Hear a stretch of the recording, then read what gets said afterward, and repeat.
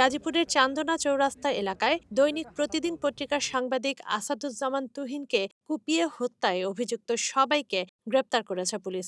শুক্রবার রাতে গাজীপুরের বিভিন্ন এলাকা থেকে 7 জনকে এবং শনিবার দুপুরে বাকি একজনকে গ্রেপ্তার করা হয়। সংবাদ সম্মেলনে র্যাব জানায়, সরাসরি যুক্ত অপরাধীদের গ্রেপ্তারের মধ্য দিয়ে মামলায় আরও এক ধাপ অগ্রগতি হলো। গ্রেপ্তারের পরে সে সমস্ত ঘটনার বর্ণনা দিয়েছে এবং সে এই ঘটনার সাথে জড়িতর কথা স্বীকার করেছে। Gazipur metropolitan police commissioner Nazmul Karim Khan জানান, কেটু মিজান ও তার স্ত্রী গোলাপী চক্র মানুষকে প্রতারণার ফাঁদে ফেলে অর্থ হাতিয়ে নেয়। ওই সন্ধ্যায় বাদশা মিয়া নামে একজনকে একইভাবে ফাঁদে ফেলার চেষ্টা করেন গোলাপী। বাদশা মিয়া বুঝতে পেরে সরে যেতে চাইলে গোলাপীর সাথে হাতাহাতি হয়। এই ঘটনার ভিডিও ধারণ করতে গেলে সাংবাদিক তুহিনকে কুপিয়ে হত্যা করা হয়। বাদশা ডিবিবিএল থেকে 25,000 টাকা এটিএম বোধ থেকে টাকা তুলে, সেই টাকাটি যখন তুলে তখন গোলাপি তার সাথে হানি ট্র্যাপের জন্য কথাবার্তা বলে, কথাবার্তার এক পর্যায়ে যখন বাদশা বুঝে যায় যে তাকে হানি ট্র্যাপ করা হচ্ছে, সে গোলাপিকে ঘুষি দিচ্ছিল। যখন গোলাপিকে 2টি ঘুষি দিল, এর মধ্যেই পিছন থেকে আগের থেকে উৎপেতে থাকা গোলাপির যে সহচর আরও 6-7 জন চাপাতি হাতে এই বাদশাকে পিছন থেকে কূপ দিতে থাকে। মরহুম সাংবাদিক আসাদুজ্জামান তুহিন তিনি বসে এই ভিডিও যখন ধারণ করছিল, তার এই ভিডিও ধারণটি এই ক্রিমিনালরা দেখে ফেলে।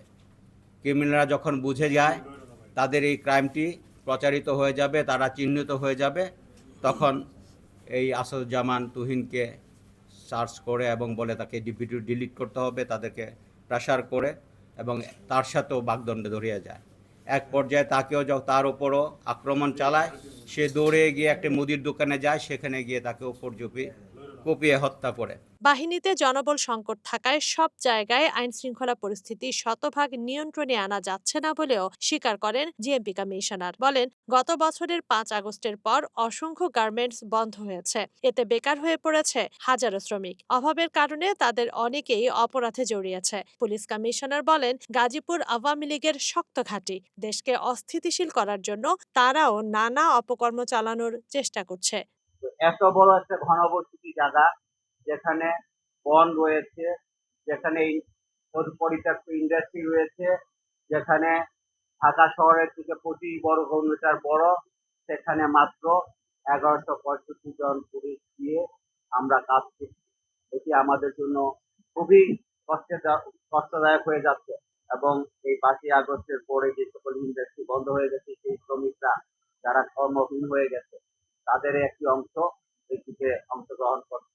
যারা দীর্ঘদিন এখানে শাসন করেছে, দেশ শাসন করেছে, এই জায়গাটি তাদের জন্য একটি খুব মানে জোরালো জায়গা ছিল।